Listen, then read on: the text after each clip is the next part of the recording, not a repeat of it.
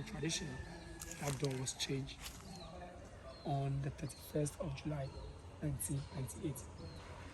And in doing so, every bones that she could gather, she brought all these bones together in a beautiful casket, all the way from Barbados. That's the 13 that you are seeing now. The trade was abolished in 1808, but not slavery. Slavery has been abolished in the books, but in reality, that's not. That is what Bob Marley told us. Now we have moved into slavery in chains and shackles, and we have moved to slavery in the mind. That is why he told us we should emancipate ourselves from mental slavery, because none other than ourselves can free our minds. This is the first section of the talk. The second section of the talk is going to be more spiritual, because that is what we do here. We are here to give you the strength that you needed, give you the encouragement that you needed, give you the support that you needed, and that is why we are here. So we're going to go through a journey of spiritual path that we are seeing is called the ancestral route, and it was developed by the feet of our ancestors. They walked on this line to the river in order for them to take their last bath. For me, I treat this path as a sacred ground for me. And I always walk on this path with my shoes off. And somebody also asked me, so Kofi, why would I go through this path with my shoes off? And I told him, I don't know of you, but for me, I believe that the ancestors that I had, they were the best. Our ancestors had options to take off all their lives. And if all of them did, where would you be? It is at the back of our ancestors we are still alive today. We don't even deserve to walk on the same path that they did, because we have shown them so much disrespect. Today we don't even mention their names and celebrate them. We don't even teach our kids about the black history of our own black people. But our kids are rather taught the white version of our own black people. And when our kids are growing up, there's this inferiority syndrome that surrounds us, because we felt we don't have any ancestors who are celebrated. Whilst we walk barefooted on this journey, we tell our ancestors, it is not deliberate. Maybe we don't know. Forgive us. Give us one more chance in order to make it right. The second reason is a covenant you are here to fulfill. The land is yours. It's just because of circumstances. That's why we're not together. So the destiny has brought you home. Just like the prophecy has been fulfilled. Which ones of your ancestors' traits are you in search of? Is it their bravery? Is it their resilience? Is it their sacrifices? Is it their spirituality? Is it their love? Which one are you here for? So whilst you walk on this sacred ground of theirs, it is your opportunity to ask them whatever you are here for. So for me, whenever I walk on this trail, my prayer is always simple. That may the spirit of our ancestors, may their resilience, may their bravery, may their strength, sacrifice, and love, may I have more and even triple what they had. Because the battle for me is never over until it's over. You needed those ammunitions to move, so you have to take that strength from the earth. We just call them and say thank you for the roles that you've played in our lives. Because when we don't thank them, tomorrow, you and I will also be like them. And no one would mention your names. And if no one does, then it means we left no legacy on this earth. We don't want to be in that stage. We have to do ours so that our children and our other generation will do it for us. Where we're going through, we have to have an identification with our ancestors. And that is why we use the sarasi. The sarasi will be put in around your neck. The sarasi basically, brings all the positive vibes to you, because we want to take all the devil out and bring all the energy in. Us, when we are going to our ancestors, they should know that we see them as such. So we have a dress code that we send to our ancestors, and that is why I'm going to use the white clay on you.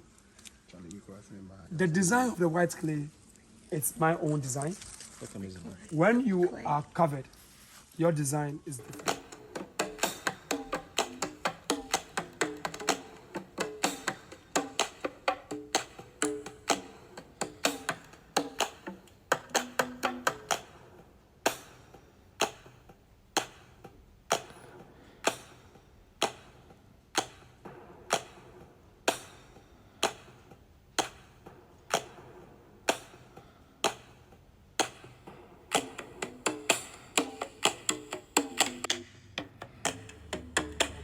now yeah, the fake.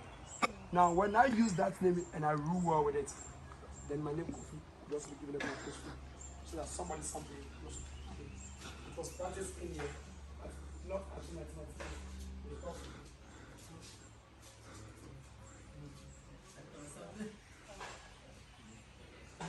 Because somebody's collectivity.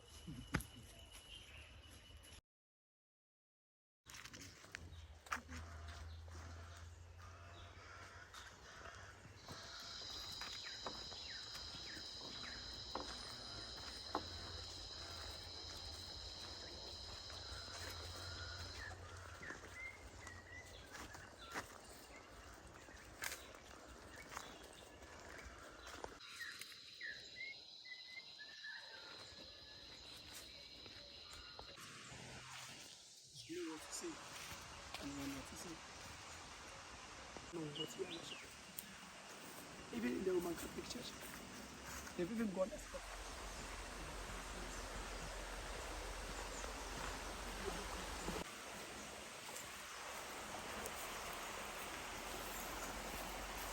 To go together as a team.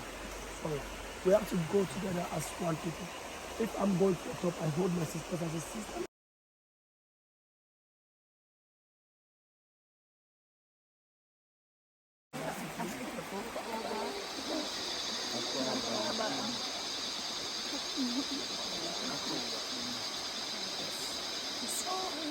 Aquaba! We're back home! Yeah.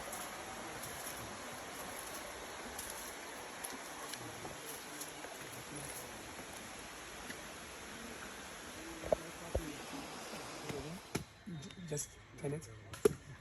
Okay. So now all this and all that. You take the seed and you suck on it. You only chew the seed when you are suffering from constipation.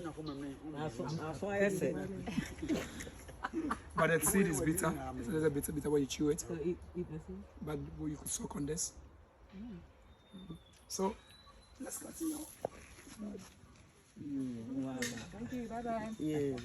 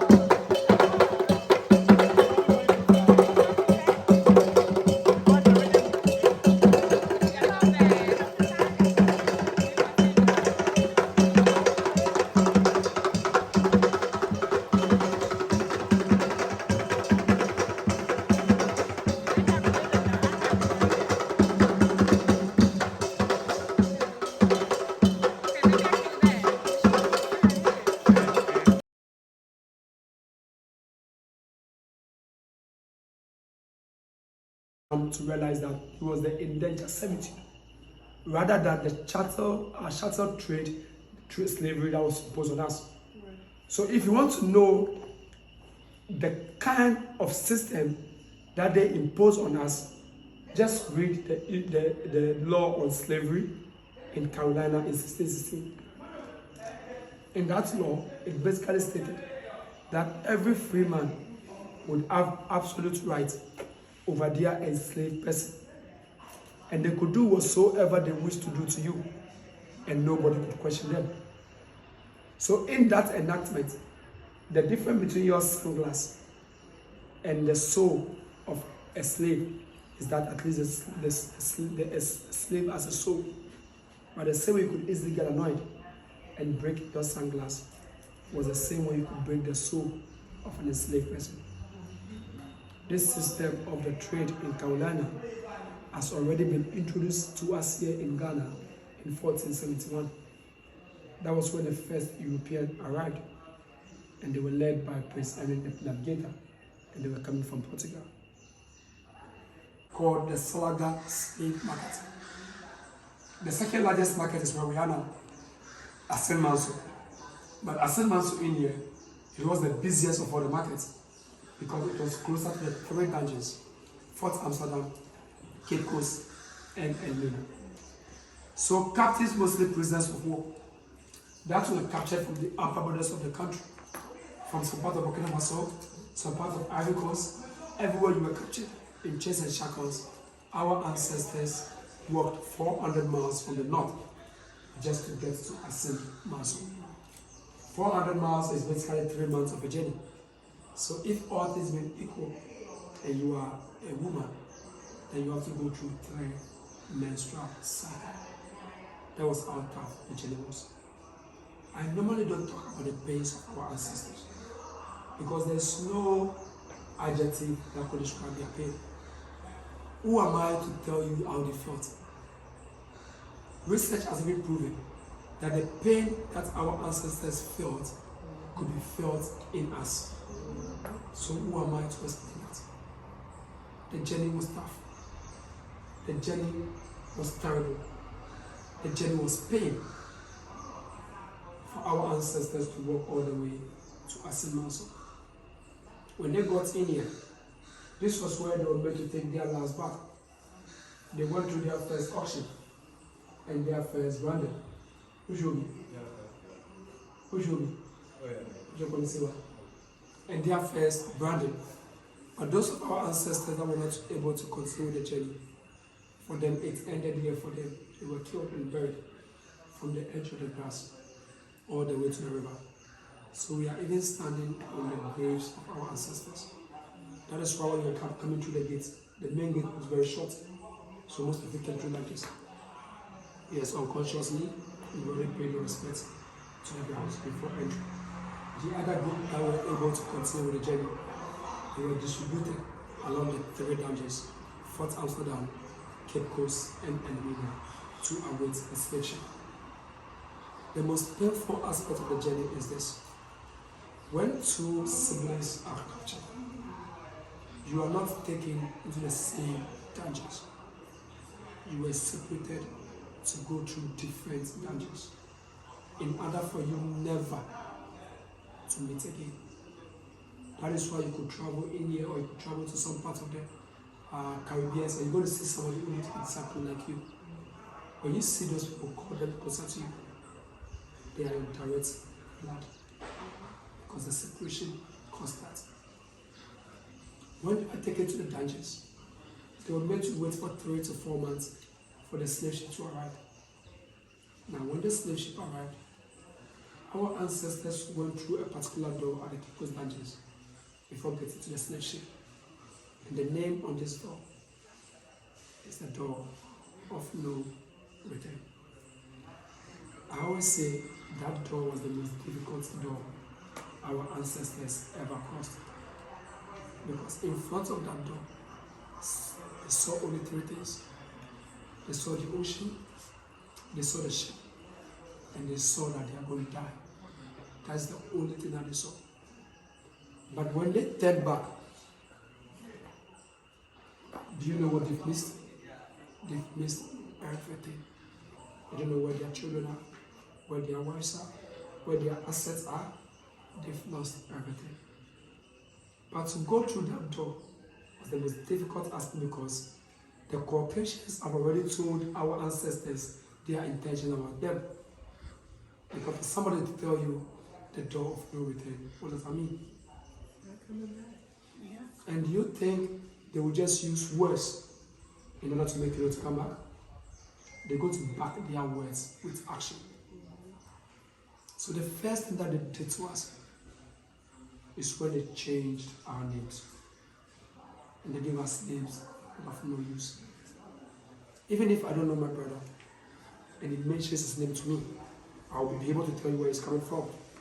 And I could be able to even trace the family he directly belongs. That was how spiritually our name was. They took it away from us in order for us to even know or remember where we are coming from. But our ancestors still kept faith with their beliefs. and they practice that. They never wanted us to practice our beliefs, so they took us through the next stage. That is the journey of epigenetics. A journey to change our minds, for us to feel like them, but not ourselves. Today in the States, you have people like us who prefer to be called Black Americans, but not African Americans. But Peter Tosh, a musician, said it so beautifully. He said, don't matter the nationality. As long as you're a black person, you are an African. They took away so many things from us, but they couldn't take away our spirituality, because that is the only thing we got left. But because we did not know how to return to wherever we were captured, we formed part of this community.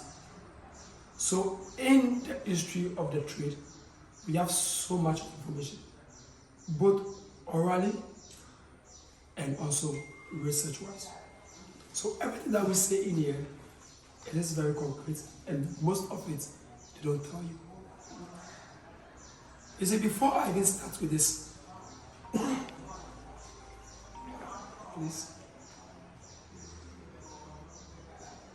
Before I start with this, there's something that is going on, and I'm sure my brother would know of it. This thing is dividing us rather than bringing us together. This medium has been exploited by the Caucasians in order for them to achieve every demonic plan they wanted to achieve.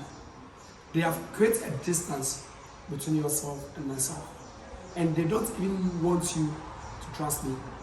They say all sorts of things about me to you, and they say all sorts of things about you to me. This is a question that needs to be answered before we even continue with the talk.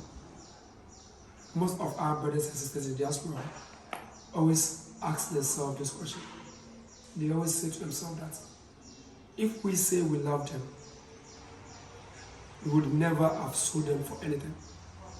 Because if I love you as my sister, no matter what happens, I can never sell you.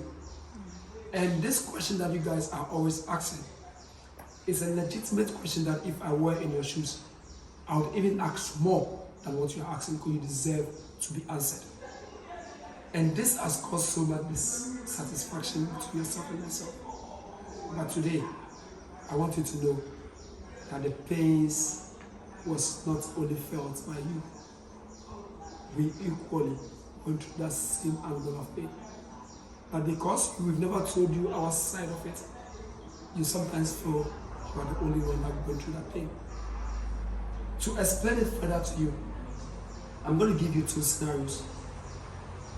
And I want you to choose one and tell me why. UNESCO, in a book entitled The Transatlantic Slave Trade, Landmark, Legacies and Expectation, gave percentages of people that perpetrated the crime and those that were against it. In that book, it said 99% of the indigenes fought against the trade, but the 1% caused it. So today, the 99% in here have been suffering from the pain caused by the 1%. Now, as a mother, you are in your house and your child came to you and told you, Mom, I'm going to visit a friend, I'm going to come back home. You were sitting in the house waiting for your daughter to return. You heard a knock on your door. You opened up the door and you saw somebody who presented to you the dead body of your child. That's the first scenario. The second one is when your daughter went out to play and you were waited, seated, and wanting your daughter home. You waited and your daughter never returned. These two scenarios, if I tell you to choose, which is very difficult, which one would you choose and why? Either to never see them again or to see them dead. Yes. That's my only two options. Yes. I probably would choose to never see, because I always have hope that they're going to come back. Okay. And you, the same thing? Is the same thing you go for? I know it's tough. I know, I guess. I know it's tough. Yeah, the unknown. Yeah, I probably would never see them again because I, even though you want to know, you really don't want to know because there could be a possibility.